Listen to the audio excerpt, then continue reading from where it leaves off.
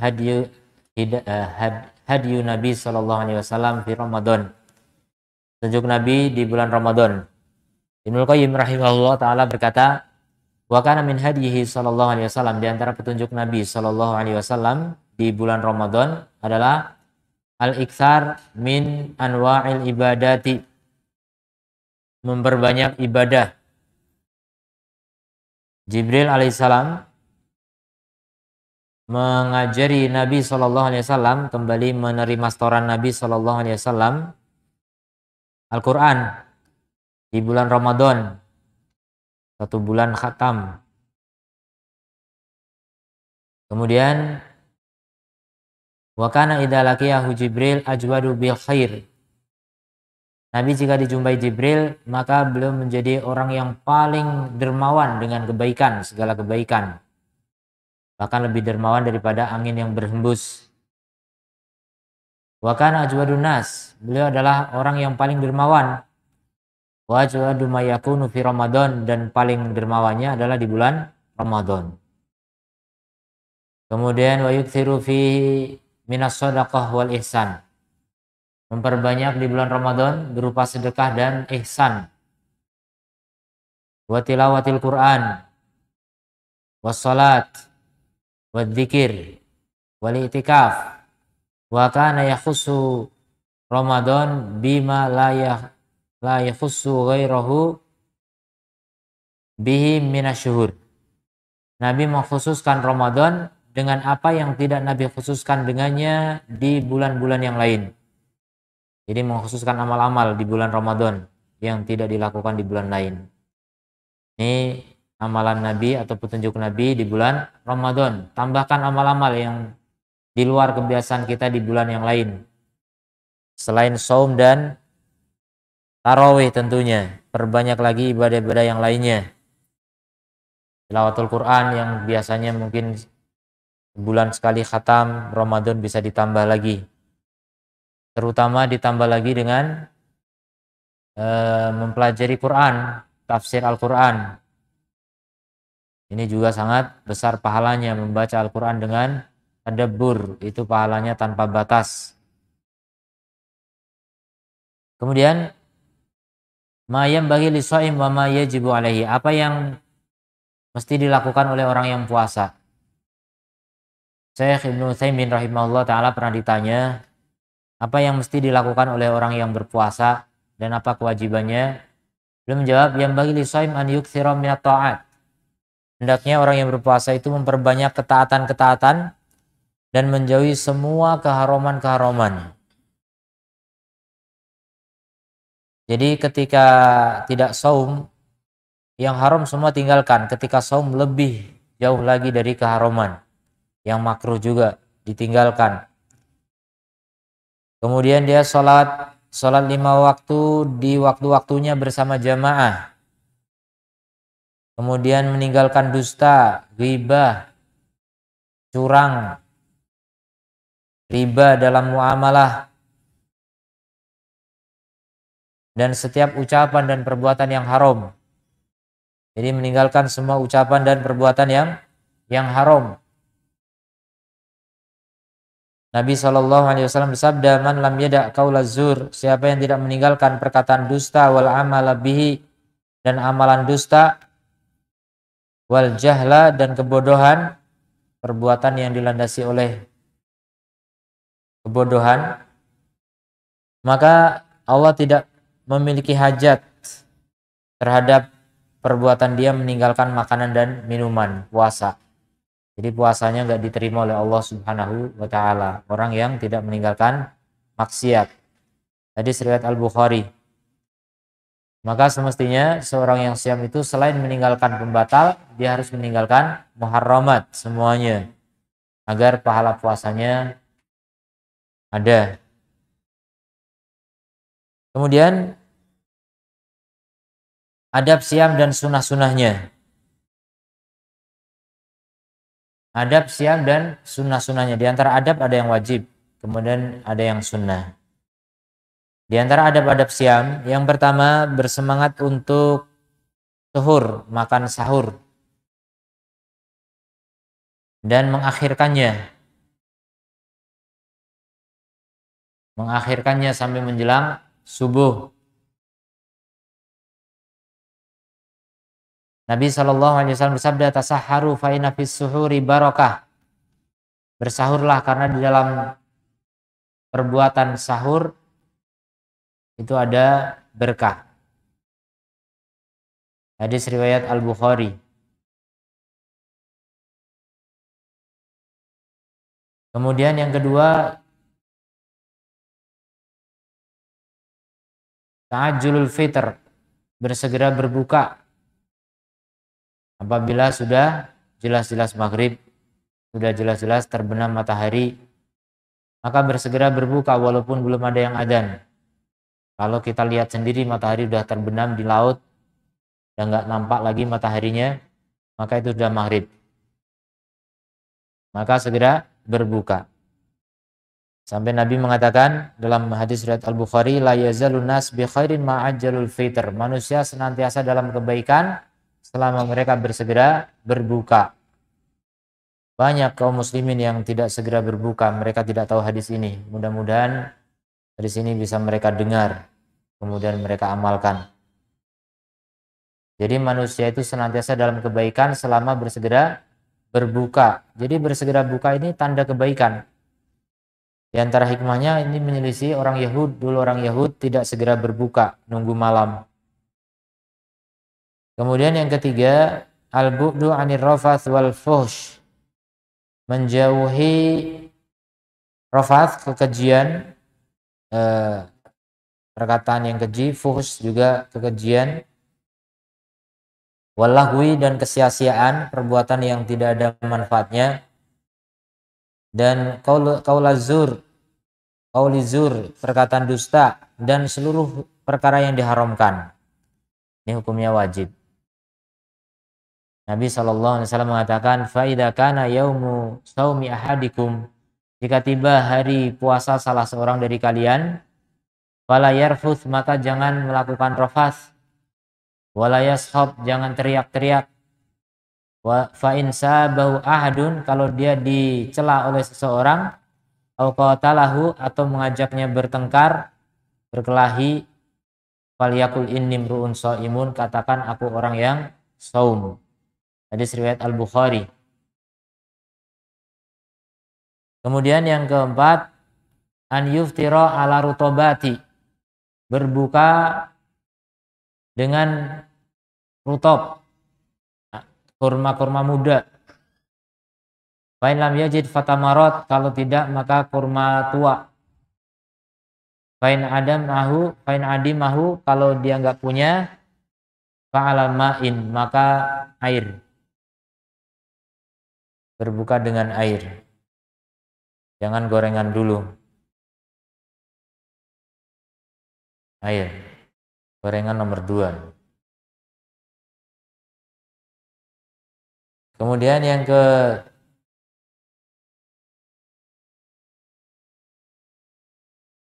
ini nomornya salah, 5-nya hilang.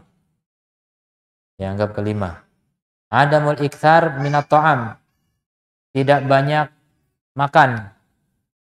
Itu adab orang saum. Jadi walaupun sudah berbuka jangan banyak makan. Dikurangi makan. Memang hikmah dari saum itu mengurangi makan. Jangan cuma mengosongkan perut di siang hari tapi memenuhi perut di malam hari, bukan begitu. Siam itu mengurangi makan. Kalau biasanya makan 3 piring, siang ini jadi cuma 2 piring. Ya, 2 piring. Makan siangnya nggak ada, ya sudah jangan diganti malam. Cuma ada makan pagi sama makan sore. Paginya dimajukan jadi sahur, jadi sebelum subuh. Sorenya diundur sampai pada maghrib. Banyak orang yang makan sore, makan malam. Ya udah, nggak ada lagi tambahan makan. Kalau ditambah lagi berarti cuma pindah waktu makan aja. Makanya tidak heran kalau kemudian ada orang bilang, saya bulan puasa kok malah tambah gemuk. Ya iya, karena tambah makan, tambah istirahat, tambah tidur, gimana nggak tambah gemuk.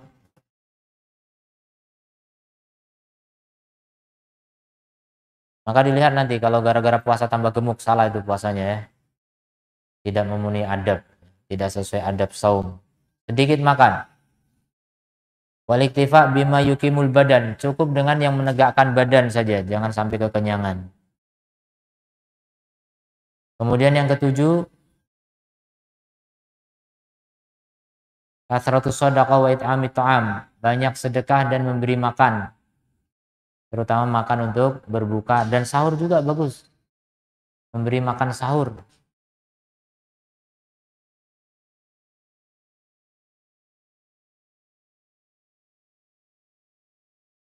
Satu bulan Ramadan saya dulu pernah tinggal di kota Son'a.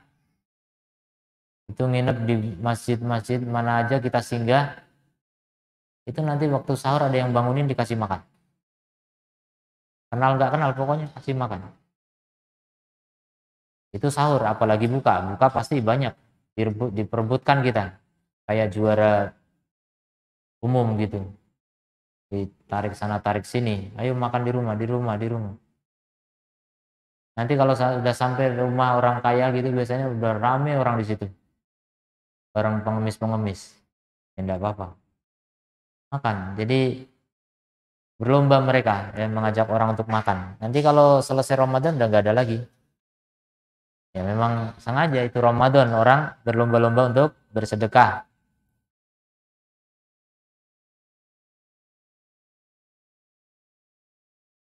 Dan ini mengikuti Nabi Shallallahu Alaihi Wasallam. Beliau di bulan Ramadan menjadi orang yang sangat dermawan dengan kebaikan, melebihi angin yang berhembus. Maksudnya saking dermawannya gitu. Kemudian yang berikutnya,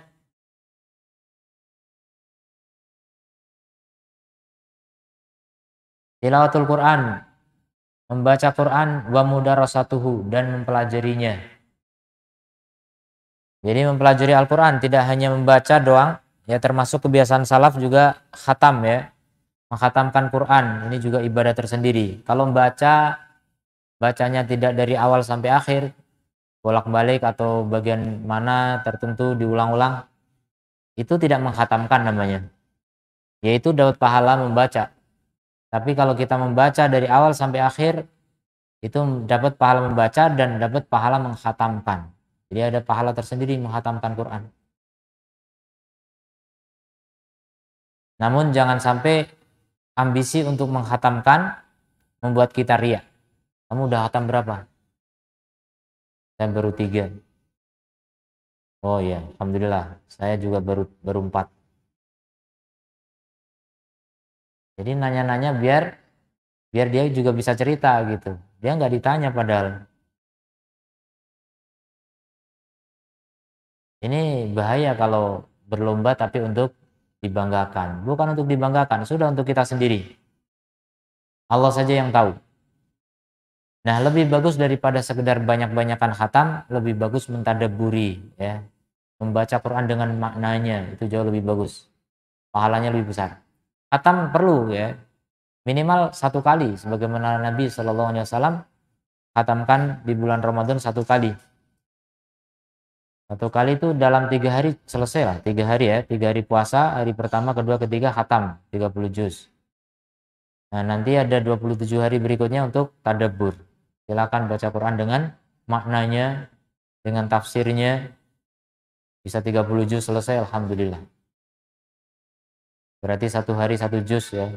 Tadi udah dimakan 3 hari, berarti ya 1 juz lebih dikit.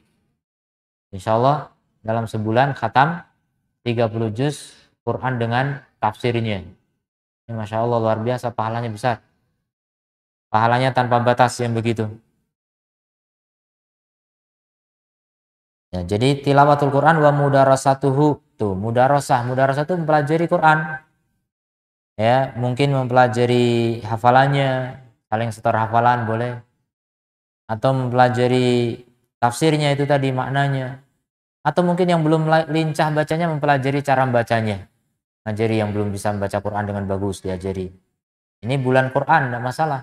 Syahrul Quran itu pokoknya ya kegiatannya semuanya yang berkaitan dengan Quran. Ya termasuk mudah-mudahan mempelajari bahasa Arab kalau diniatkan dalam rangka memahami Quran juga boleh juga belajar bahasa Arab. Karena kalau tahu bahasa Arab, tahu bahasa Quran.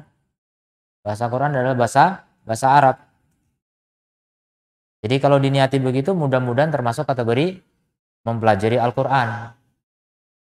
Boleh juga. Kemudian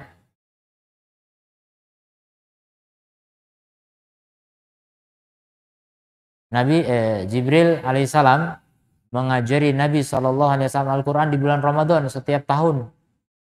1 kali khatam. Di tahun yang terakhir 2 kali khatam. Kemudian ada berikutnya salat tarawih bersama kaum muslimin di masjid-masjid. Ini perlu ditingkatkan semangatnya. Mumpung nggak dilarang kita ke masjid, nanti dilarang lagi protes. Pas protes sudah dibuka nggak datang, apa gunanya protes-protes? Wah, ini pemerintah nih lagi gak suka sama orang Islam nih, kalau Ramadan dilarang taraweh, nanti dilarang mudik. Mudik bukan ajaran Islam ya. Nanti kalau Natal bebas, yang disalahkan pemerintah. Padahal udah dibebasin taraweh, nggak taraweh juga. Banyak kaum muslimin yang begitu ya. Hanya pintar komentar. Maka kesempatan bisa taraweh. Di bulan Ramadan itu taraweh itu qiyamul lail sebenarnya. Qiyamul lail di bulan lain, di bulan Ramadan namanya taraweh. Bersama imam disebut taraweh karena ada istirahat roha. Jadi kata roha, tarowaha roha. Roha itu istirahat. Jadi karena panjangnya bacaan maka istirahat. Dan tarawih ini berubah di negeri ini. Banyak masjid-masjid di negeri ini tarawihnya cepet-cepetan. Berarti bukan tarawih itu. Tarawih itu istirahat. Kenapa istirahat? Karena panjang, lama, capek. Walaupun cuma 8 rakaat, tapi bisa 2 jam, 3 jam. Gimana nggak capek? Bacaannya bisa 1 juz, 2 juz, 3 juz. Maka butuh istirahat itu. Berapa? 4 rakaat istirahat. Nanti 4 rakaat istirahat. Nanti 3 rakaat witir selesai. Itu yang dilakukan oleh Nabi SAW dan terus turun-temurun para ulama begitu. Tapi sampai di Indonesia kok jadi berubah. Siapa yang ganti itu? Nggak tahu.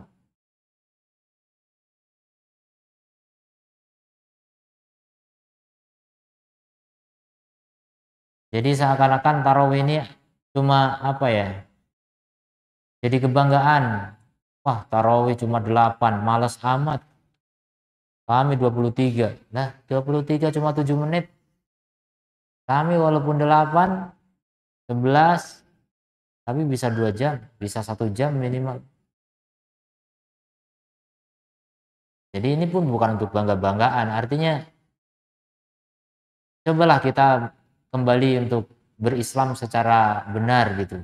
Islam ini bukan ajaran orang kita ya, bukan ajaran nenek moyang kita, bukan. Islam ini ajaran langit, ajaran dari penguasa bumi dan langit seisinya.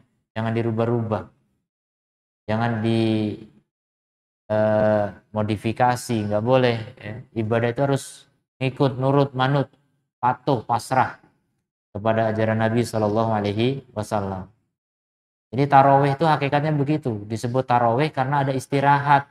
Ngapain istirahat? Ya karena capek, panjang bacaannya. Sehingga butuh istirahat.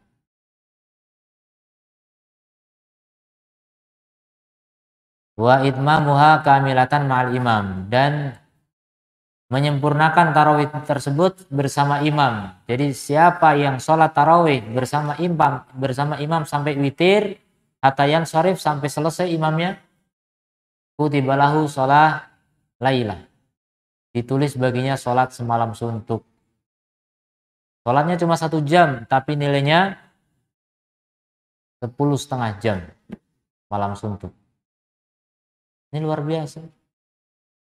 Ya, jangan kemudian nanti saya mau tahajud, witirnya nanti. Ya terserah, tapi pahala kamu tidak sebanyak yang selesai sampai witirnya imam. Kita mau banyak-banyakan pahala atau banyak-banyakan ibadah? Banyak ibadah kalau nggak banyak pahala rugi, capek. Mendingan simple tapi hasilnya banyak. Itu prinsip ekonomi. Ya, kerja seringan-ringannya, modal sedikit sesedikit-dikitnya, tapi untung modal sedikit belum selesai. Modal sesedikit-dikitnya, maka untung sebesar-besarnya, belum selesai. Jadi kerjanya sederhana, modal sedikit, tapi hasilnya besar gitu. Itu begitu ibadah juga dilakukan. Bagaimana biar ibadah itu bisa efektif, efisien, menghasilkan pahala besar, mengikuti Rasulullah. Rasulullah itu udah yang terbaik gitu. Jangan merasa lebih baik dari Rasul, nggak bisa. Mau pakai cara apapun kita nggak bisa lebih baik daripada Rasulullah, nggak bisa. Ya. Ajaran Rasul udah yang paling sempurna, mau diapain lagi? Kecuali yang Rasul membolehkan untuk lebih, nggak masalah. Salat malam memang Rasul mengatakan matna, dua. Artinya apa? Mutlak, bebas. Nabi nggak membatasi. Ya sudah, silahkan sholat malam ditambahkan dua, mau sampai berapapun tidak masalah. Dan itu juga dilakukan oleh para salaf. Ya, silahkan, tidak masalah. Tapi taraweh Nabi cuma 11. Jadi kalau sudah taraweh bersama imam 11, itulah yang terbaik. Adapun nanti ditambahkan, silakan tambahannya tambah sendiri. Yang jelas, jangan tinggalkan yang 11 ini bersama imam. Karena ini yang terbaik. Ini yang terbaik.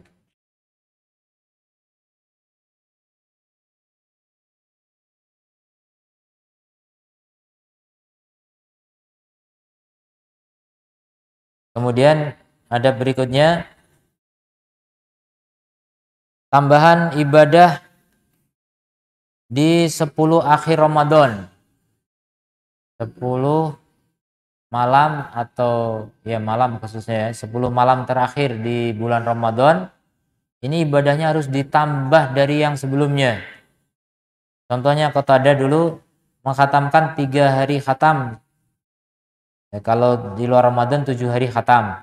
Ramadan 3 hari khatam. 10 terakhir setiap malam khatam. Itu dulu salaf ya. Mereka membaca walaupun setiap malam khatam mereka paham. Silahkan, ada masalah yang paham. Tapi kalau baca nggak paham lebih baik jangan. Ya. Lebih baik baca dengan pemahaman, itu jauh lebih baik daripada khatam tanpa paham. Jadi agar kita ada upaya gitu. Banyak kaum muslimin yang berlomba-lomba khatam banyak-banyakan. Terutama di pesantren-pesantren ini banyak nih. Lomba banyak-banyakan, betul. Minimal 7 kali khatam mereka. Rata-rata itu 10 kali khatam itu udah biasa itu. 3 hari khatam itu udah biasa. Paling minimal 7 kali khatam. Tapi ya sudah, khatam-khatam doang tanpa paham, ini nilainya nggak terlalu besar. Lebih besar kalau kita berusaha memahaminya. Tapi kan memahami bisa di bulan lain, iya di bulan lain iya, tapi ini kan bulan Quran, ini disebut bulan Quran. Dan bulan Quran itu bukan artinya khatam sebanyak-banyaknya, enggak. Bulan Quran ya bulan untuk mempelajari Quran. Makanya mudarasatuhu disebut tadi qiraatul Quran atau tilawatul Quran wa mudarasatuhu. Tilawah itu beda dengan qiraah. Qiraah itu baca doang. Kalau tilawah baca sambil memahami. Memahami itu yang terbaik. Jadi bukan cuma lomba-lomba banyak-banyakan khatam, tidak. Silakan lomba khatam banyak tapi dipahami juga gitu. Itu baru bagus. Kalau banyak-banyakan kemudian nggak paham, itu kalah bagus dengan yang 1 kali khatam tapi dia paham. Jadi boleh juga program 1 hari 1 juz bersama terjemahannya, silahkan. Mungkin 2 juz juga boleh, sesuai kekuatan, biar nanti hari selesai. Nanti 15 hari berikutnya ulangi lagi. 10 malam terakhir ditambah lagi, silahkan ditambah lagi. Jadi tambah baca Qur'annya, tambah sholatnya, boleh ditambah dengan sholat qiyamul lail, tambah lagi boleh. Ditambah lagi sedekahnya, ditambah lagi zikirnya, munajatnya, dan i'tikaf ya. I'tikaf terutama di 10 terakhir.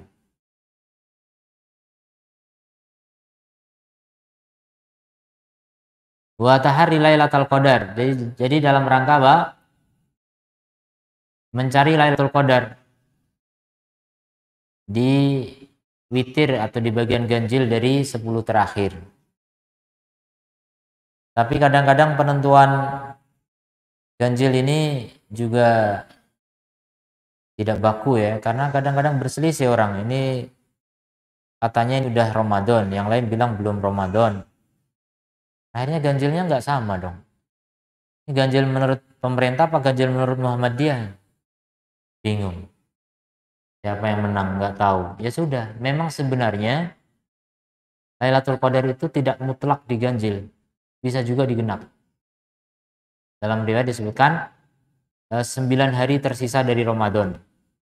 9 hari tersisa ini bisa juga malam ganjil, bisa juga malam genap. Tergantung itu Ramadan 29 hari atau 30 hari. Jadi tidak mesti. Atau tersisa 7 hari dari Ramadan, tersisa 5 hari dari Ramadan, tersisa 3 hari dari Ramadan, tersisa 1 hari dari Ramadan. Tersisa 1 hari, kalau 1 harinya itu malam, misalnya Ramadan itu 29 hari, berarti malam 29. Kalau Ramadan 30 hari, berarti malam 30, tersisa 1 hari. Berarti bisa jadi malam genap, ya. Bisa jadi Lailatul Qadar malam genap. Jadi intinya kalau kita bersungguh-sungguh di 10 malam terakhir, dan itu yang dilakukan Rasul Shallallahu Alaihi Wasallam, 10 malam terakhir Rasul tidak tidur, terjaga untuk ibadah. Jadi tidur udah di jamak ya, di selama 11 bulan sebelumnya gitu. 11 bulan sebelum nggak puas-puas tidur gitu. Masa cuma nyisain 10 malam nggak tidur? Nggak bisa. Bisa insya Allah kalau orang punya niat itu bisa. Dan saya itu melihat itu di Arab, memang semangat orang untuk menghidupkan malam di 10 terakhir itu di Arab saya lihat. Nggak cuma di kalangan penuntut ilmu, di badui-badui saya lihat hidup mereka 10 terakhir. Padahal kalau hari-hari biasa jam 10 malam udah gelap karena listrik udah mati memang. Dan nggak ada listrik kecuali yang punya genset. Gelap. Tapi kalau Ramadan terang. Hidup mereka rame, terdengar suara mereka ya. Mungkin rame-rame ngapain nggak tahu, yang jelas mereka mau menghidupkan malam gitu. Sisa-sisa peninggalan salaf ada gitu. Walaupun nggak persis salaf gitu. Kalau salaf betul-betul ibadah. Kalau mereka mungkin ada ngobrolnya mungkin ya, kita nggak tahu. Tapi kalau di kalangan penuntut ilmu betul kita mau beribadah. Di markas kita, masjid besar ya, mungkin 2 kali lipatnya ini, itu apa namanya, di belakang sana itu tenda-tenda. Yang mendirikan tenda itu yang ikut itikaf tuh banyak orang Badui juga gitu. Ya udah, namanya orang Badui mau gimana lagi. Ya mereka ribut, kadang di tenda cuma ngobrol. Tapi kita yang penuntut ilmu ngerti baca Quran. Kita untuk ibadah di situ. Jadi apa namanya? Intinya upaya untuk menghidupkan malam terakhir, 10 malam terakhir itu ada di Arab, masih saya lihat.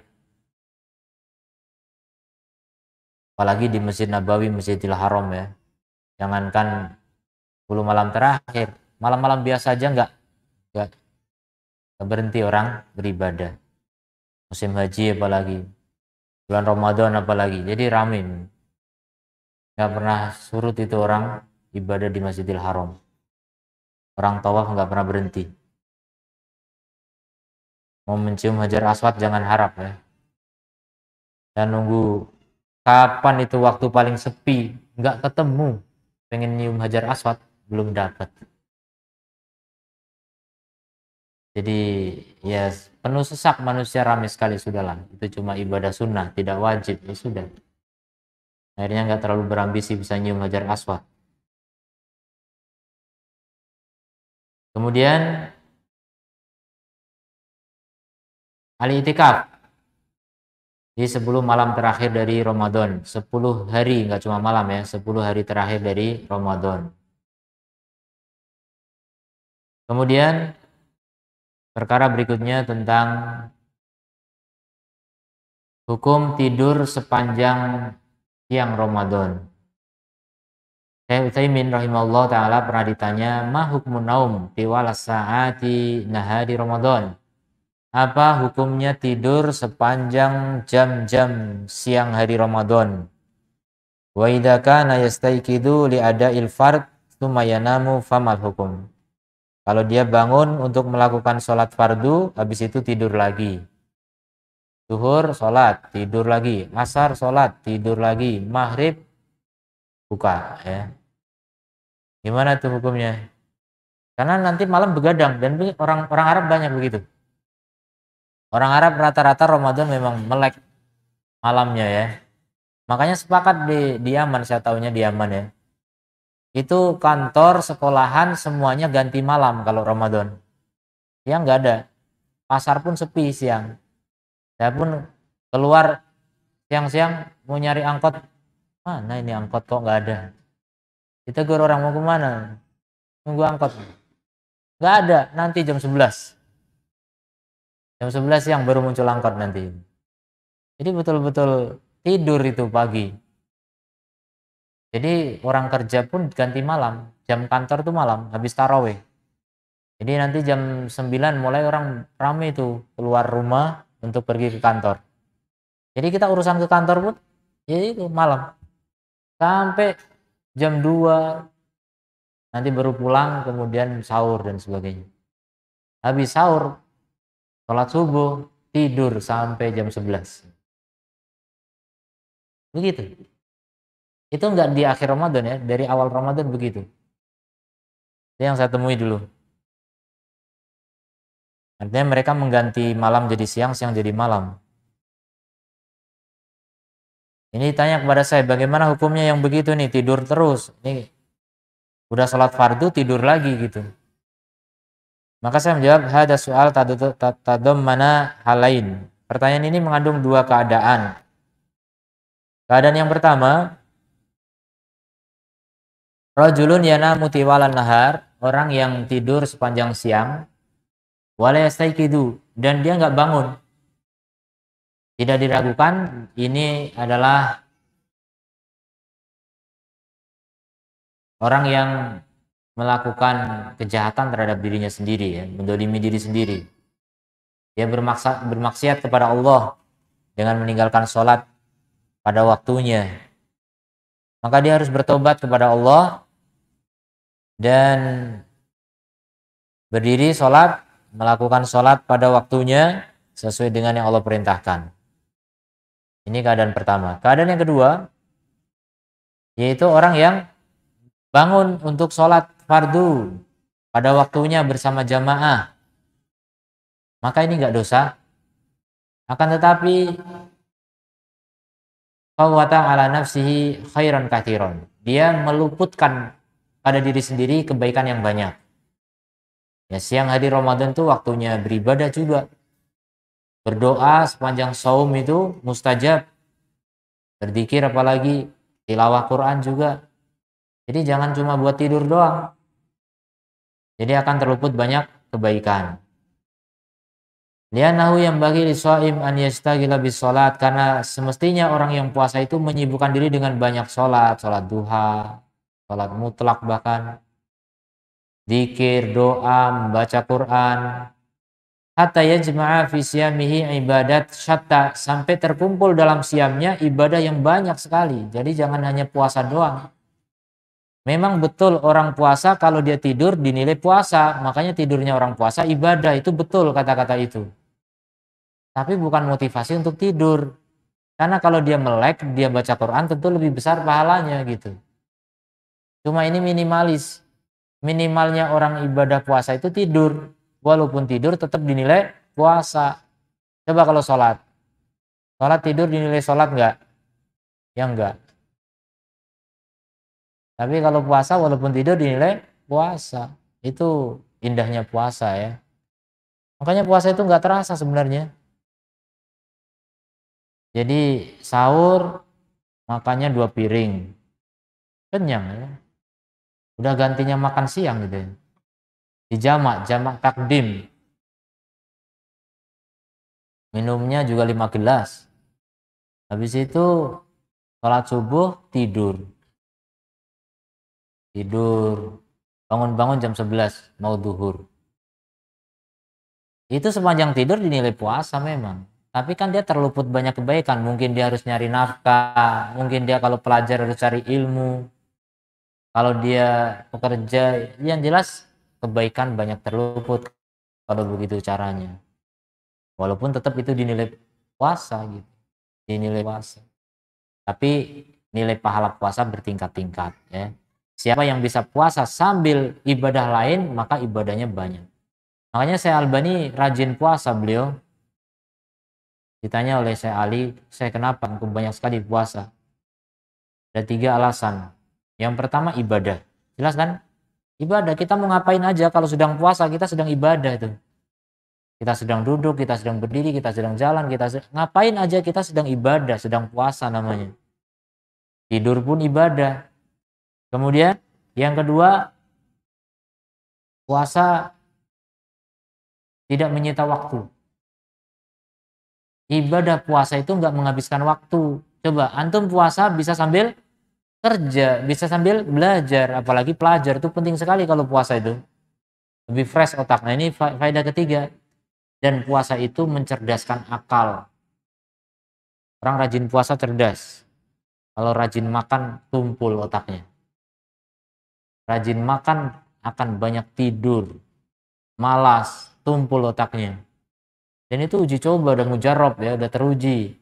Ulama mengatakan begitu. Semua nasihat-nasihat dalam kitab tentang penuntut ilmu selalu disebutkan itu, menyedikitkan makan. Berarti puasa lebih bagus, bernilai ibadah. Makanya Syekh Albani jadinya Syekh Albani begitu. Beliau rajin puasa, otaknya cerdas, dan gak menyita waktu, karena sambil puasa bisa sambil zikir, sambil baca Quran, sambil baca buku, beliau di perpustakaan, sambil kerja, bisa dilakukan apapun sambil puasa. Ya, yang nggak boleh bercumbu sama istri, nggak boleh. Makan nggak boleh, ya itu ya pembatal puasa itu yang nggak boleh. Selainnya ibadah yang lain boleh semua. Itulah kelebihan orang puasa. Jadi efektif hidupnya. Sama-sama diberi umur 10 tahun, yang satu rajin puasa, yang satu nggak rajin puasa. Ini yang rajin puasa banyak sekali pahalanya, ya. Banyak pahalanya. Kemudian hikmah yang lain sudah kita sebutkan kemarin. Hikmah puasa itu sebenarnya yang paling kuat, itu yang paling bagus adalah membuat orang itu zuhud di dunia. Kemarin entah disebutkan atau enggak, kayaknya enggak ya, tapi mirip. Jadi menjadi orang zuhud di dunia, tidak ambisi kepada dunia. Orang rajin puasa itu enggak ambisi terhadap dunia. Ayo jalan-jalan, ah capek. Ayo makan-makan, lagi puasa makan-makan. Jadi mau dia ajak apa kesenangan-kesenangan duniawi? Tidak. Sedang puasa. Terus setan juga sulit menggoda karena jalan darah jadi sempit, badan lemes. Tapi dia masih bisa encer otaknya, masih bisa belajar, masih bisa dzikir, macam-macam kegiatan bisa. Nah itulah kelebihan dari saum. Efektif dan efisien hidupnya. Prinsip ekonomis lagi. Jadi kalau yang dia bisa bangun, sholat gak dosa, tapi dia terluput banyak kebaikan. Artinya diisi dengan banyak ibadah. Jadi selama puasa itu harusnya banyak ibadah. Kemudian hukum orang yang berpuasa tapi dia tidak sholat. Ini banyak. Banyak ini orang begini. Ditanya Syekh Ibnu Baz rahimahullah ta'ala, apa hukumnya orang yang saum sementara dia tidak sholat? Beliau menjawab, as-sahih anatarika sholat amdan yakfuru bidzalika kufron akbar. Yang benar, orang yang meninggalkan sholat dengan sengaja kafir dengannya. Dengan sebab itu kufur akbar. Berarti kalau kufur akbar nggak sah semua ibadahnya, saumnya juga nggak diterima. Wa bidzalika la yasihu saumuhu, maka tidak sah saumnya. Fala wala baqiyata ibadatihi, tidak juga ibadah yang lainnya. Sampai dia bertobat kepada Allah Subhanahu wa taala. Berdasarkan firman Allah, walau asyraku lahabita anhum ma kanu ya'malun. Kalau mereka syirik akan terhapus apapun yang mereka lakukan. semua amalnya batal. Itu syirik. Nah, termasuk kategori syirik adalah meninggalkan sholat. Maksudnya syirik itu kufur ya. Kufur dengan syirik sama levelnya. Sama-sama batal Islam. Wa ma jaa fi ma'naha minal ayat wal ahadits, dan juga yang semakna dengan ayat ini dari hadis dan ayat lain.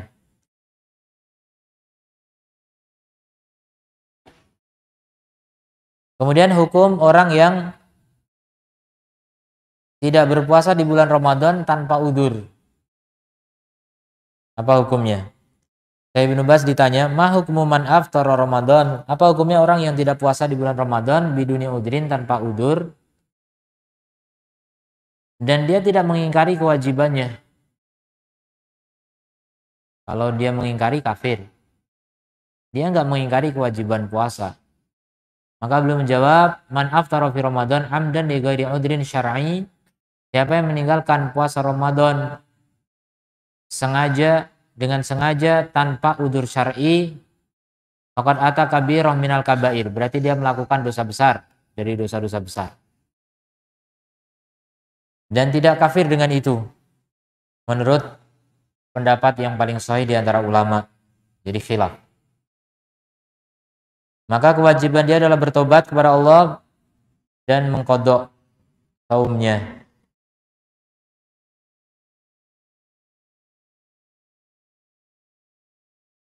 Jadi banyak sekali dalil, kata Syekh bin Baz, yang menunjukkan bahwa orang yang meninggalkan siam itu tidak kafir jika dia tidak mengingkari kewajibannya ya, selama tidak mengingkari kewajibannya. Kalau mengingkari, puasa nggak wajib, nah itu kafir.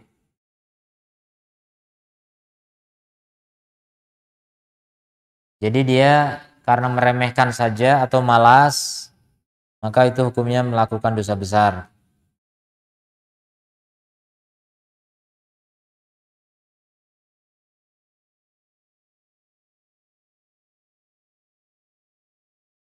Kemudian kata Syekh bin Baz, kalau dia mengkodoknya terlambat sampai datang Ramadan berikutnya, maka selain mengkodok, nanti setelah Ramadan lagi juga ditambah fidyah. Jadi sebagai hukuman. Jadi orang yang mengkodok kemudian terlambat sampai Ramadan berikutnya, maka dia harus tetap mengkodok setelah Ramadan nanti, ditambah lagi fidyah. Ya, fidyah setiap setiap harinya 1,5 kilo beras.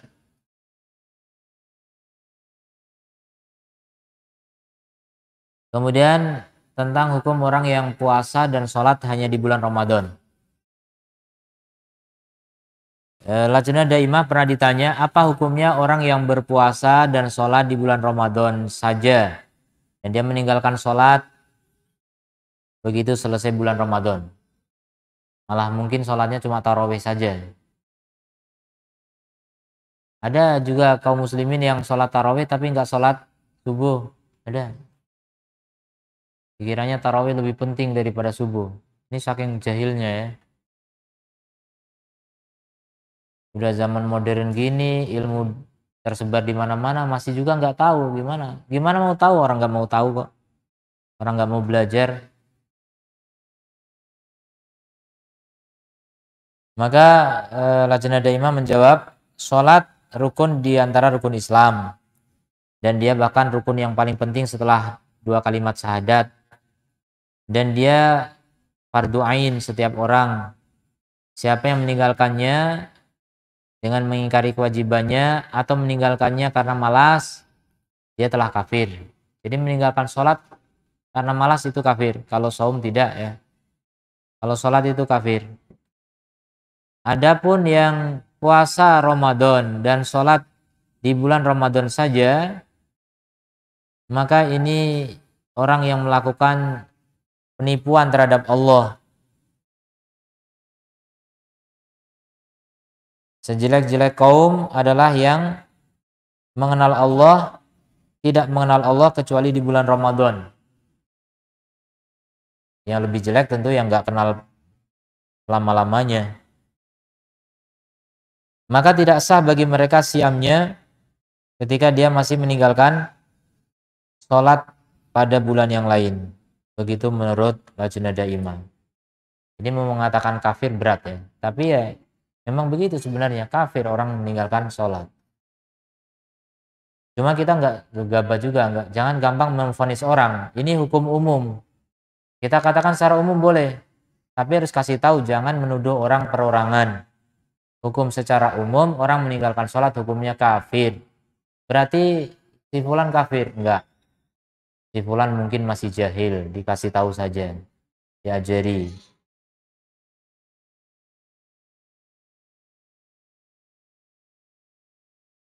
Hukum siam orang yang makan di waktu adzan subuh.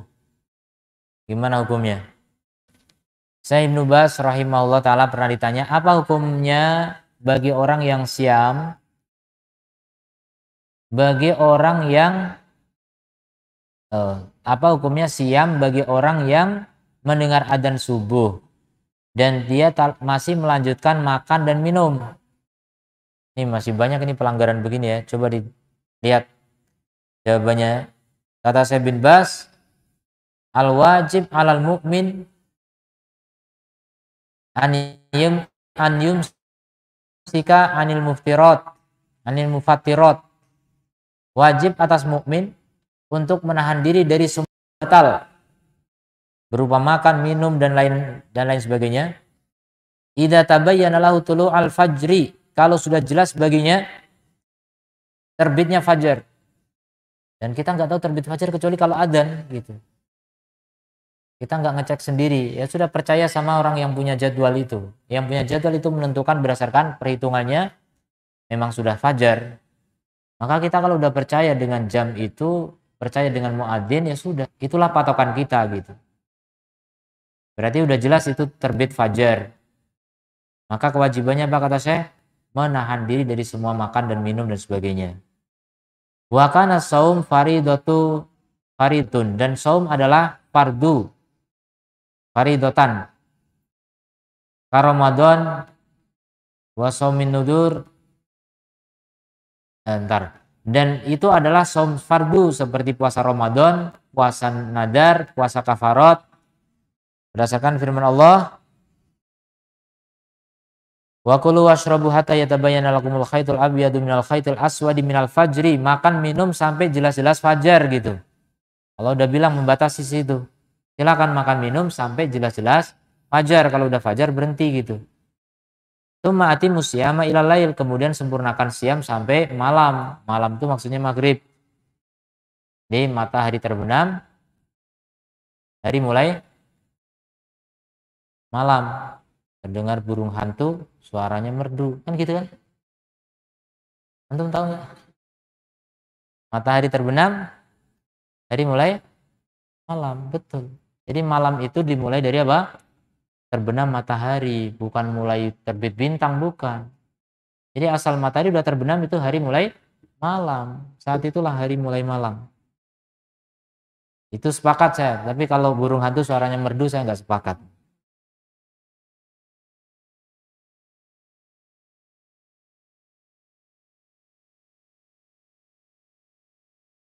Faida samyal adan, kalau dia sudah mendengar adan, wa alima annahu yu'adzin alal fajr, dan tahu itu adan fajar. Kan adan fajar memang ada dua, ada adan yang untuk bangunin orang atau ngajak orang untuk sahur, ada adan kedua yang adan untuk waktu masuk subuh.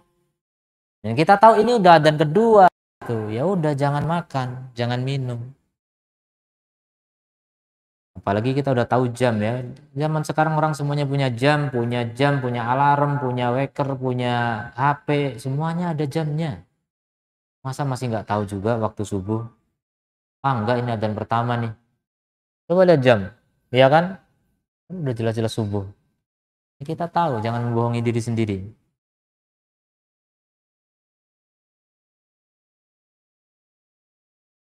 Jadi kalau dia adzan di waktu fajar, kita tahu wajib untuk imsak, berhenti, imsak, menahan diri.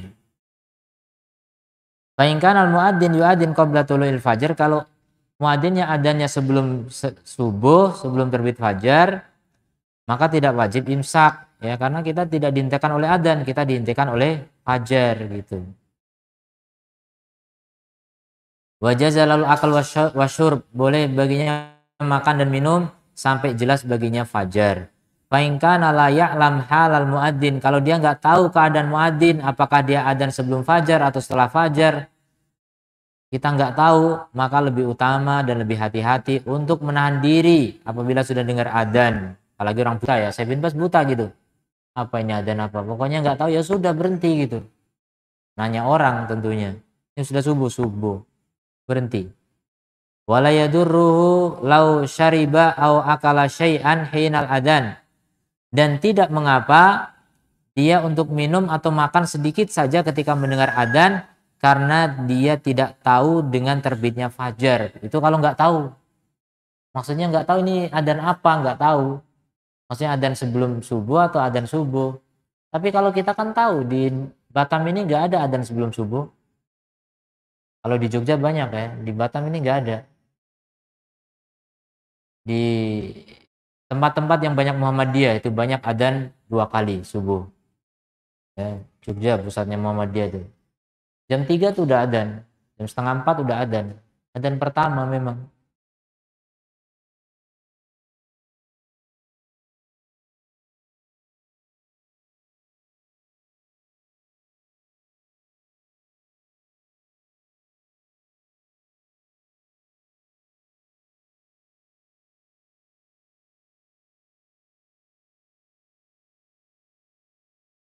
Mungkin ada pertanyaan? Ya, apa?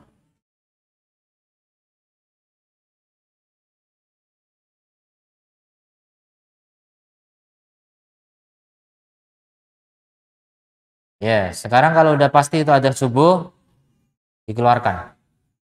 Ya, itu lebih aman. Karena udah batas makan.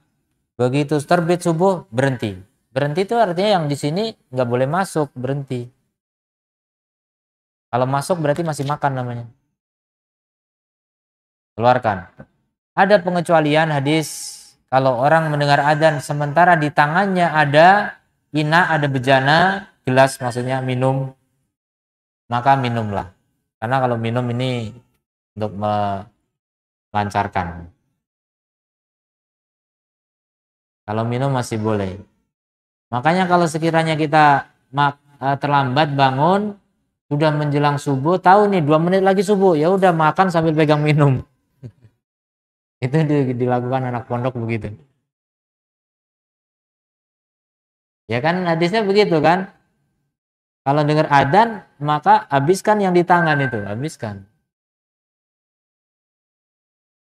Bahkan termasuk memahami bejana di tangan itu yang piringnya juga, piring udah di tangan ini. Makanya pakai apa terus?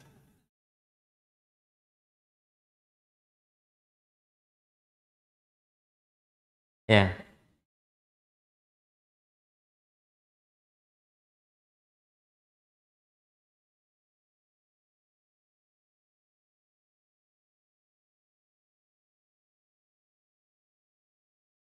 ya. Hukum salat berjamaah berbeda pendapat di kalangan ulama. Ya betul, mazhab Syafi'i mengatakan sholat berjamaah itu fardu kifayah. Fardu kifayah artinya apa? Kalau ada yang sholat di masjid, yang lain gugur. Walaupun yang sholat di masjid cuma imam sama muadzin, yang lain gugur. Kemudian ada hukum lain. Bagaimana hukumnya orang yang tinggal di sekitar masjid? Itu hukumnya sunnah muakkadah. Ya. Jadi kalau udah ada yang di masjid, ada 2 minimal, yang di sekitar masjid sunnah muakkadah untuk sholat di masjid. Mazhab Syafi'i. Makanya di Indonesia banyak masjid kosong ya karena Syafi'i ya. Tapi kalau kosong belum nggak ada yang sholat, nah itu dosa semua satu kampung. Yang dibawa, yang membawa yang apa komplek masjid itu semua, yang memang orang harusnya sholat di masjid itu dosa semua kalau nggak ada yang sholat di masjid sama sekali.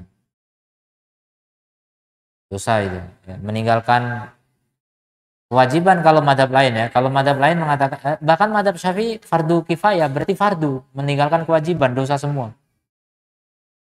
Kalau memang nggak fardu kan nggak dosa. Jadi memang fardu, tapi fardu kifayah. Itu bagi Syafi'i. Madhab yang lain, madhab Hambali mengatakan wajib. Sholat di masjid hukumnya wajib bagi laki-laki.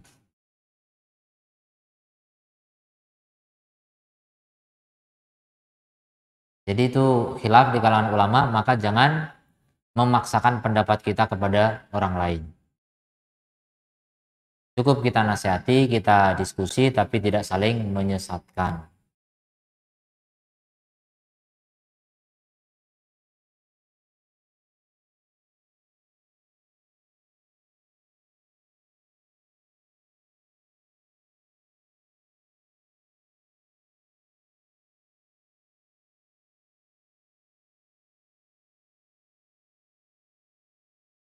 Ya,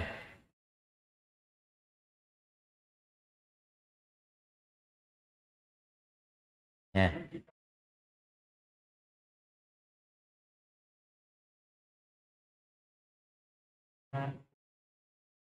Kalau nggak puasa semangat.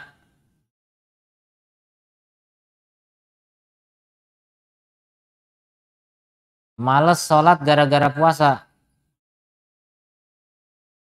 Sholatnya tapi berat karena lemes. Ya nggak masalah, nggak masalah. Cuma nggak maksimal sholatnya. Hati-hati dengan ciri-ciri munafik ya. Wa idza qamu ila sholati qamu kusala. Kalau berdiri sholat, berdiri dengan malas.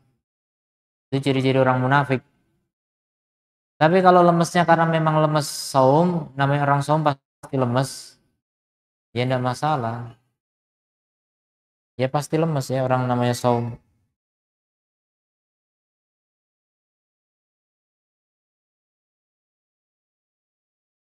Ya.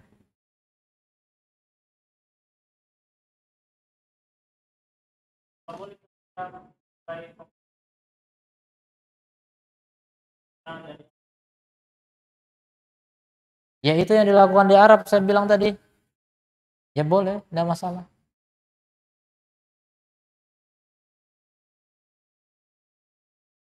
Iya. Masalah habis tarawih nggak langsung tidur ya kebanyakan kita memang nggak langsung tidur walaupun ngobrol. Rata-rata kita tidur tuh di atas jam 11 jam 12. Tapi yang dimaksud di situ sampai di malam akhir di apa setengah malam terakhir pun nggak tidur gitu kan. Itu yang berat di situ. Kalau awal malam nggak tidur udah banyak di antara kita. Ya, silakan dilatih, tapi yang jelas jangan sampai menelantarkan tugas yang wajib seperti orang kerja.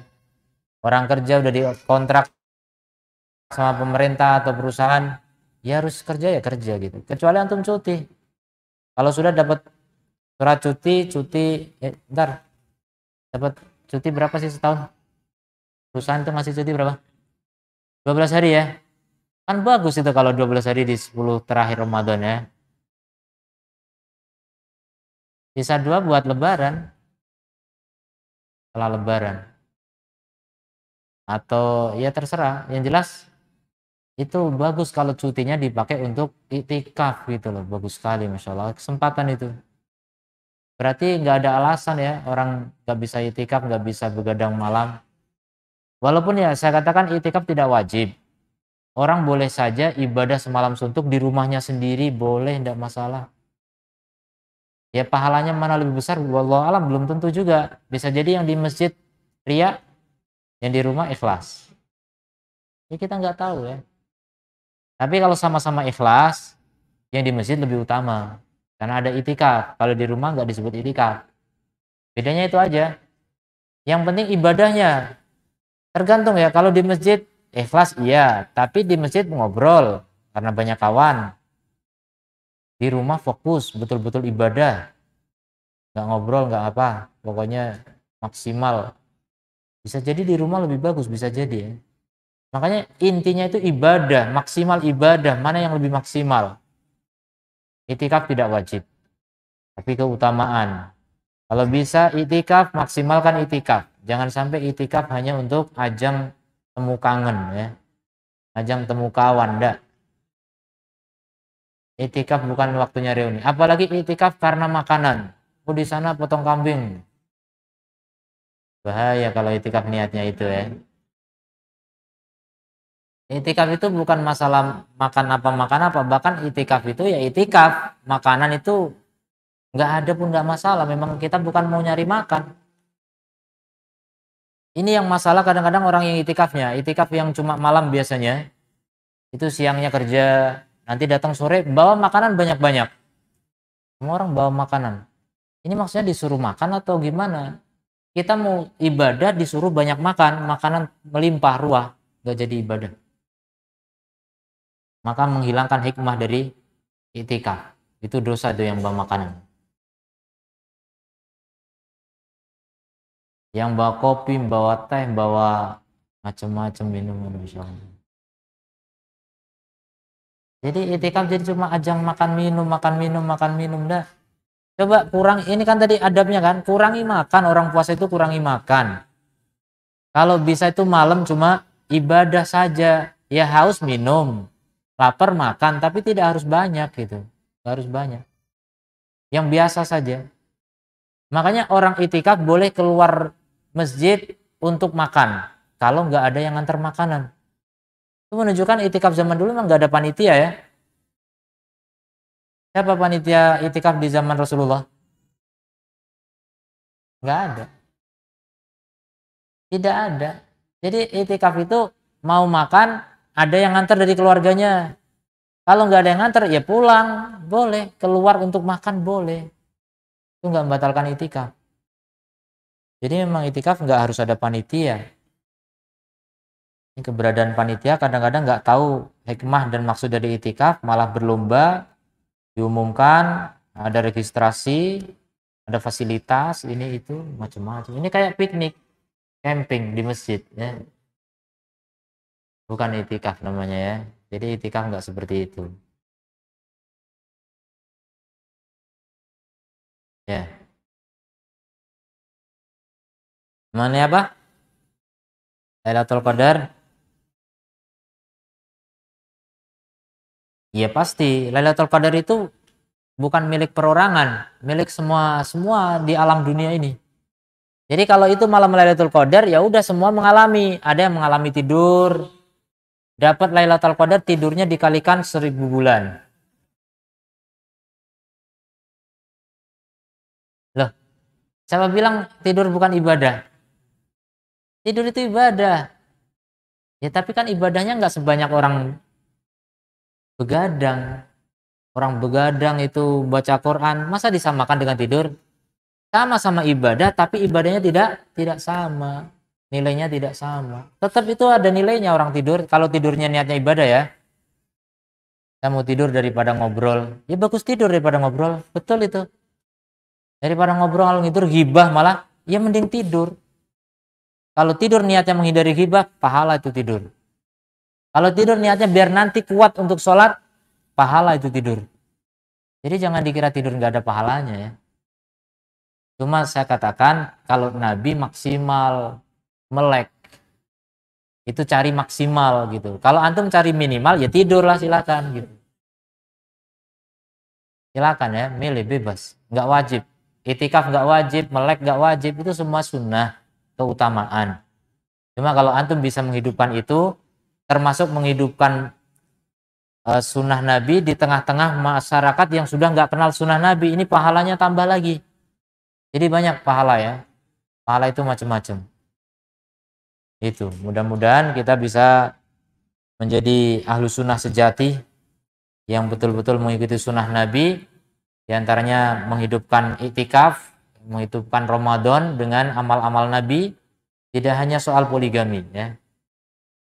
Sunnah Nabi semangat kalau poligami doang. Tapi semangatnya ngobrol doang.